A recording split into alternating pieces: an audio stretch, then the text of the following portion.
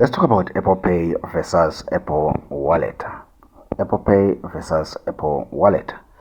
Apple Pay is best understood as a mobile payment system for making purchases in stores via apps online, while Apple Wallet is the digital hub that stores your cards, passes, IDs, and balances. Apple Pay is about spending securely, while Apple Wallet is about organizing and storing your data.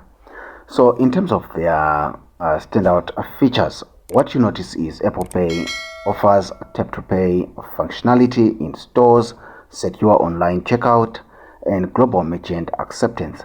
On the other hand, Apple Wallet acts as a central hub for your various cards, tickets, passes, IDs, balances, with tight integration into iOS.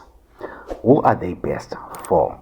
Apple Pay is best for everyday shoppers, travelers, and anyone who wants a secure, contactless way to pay with their Apple devices. On the other hand, the Apple Wallet is for individuals who want a single digital hub to organize all their cards, passes, IDs, tickets in one place.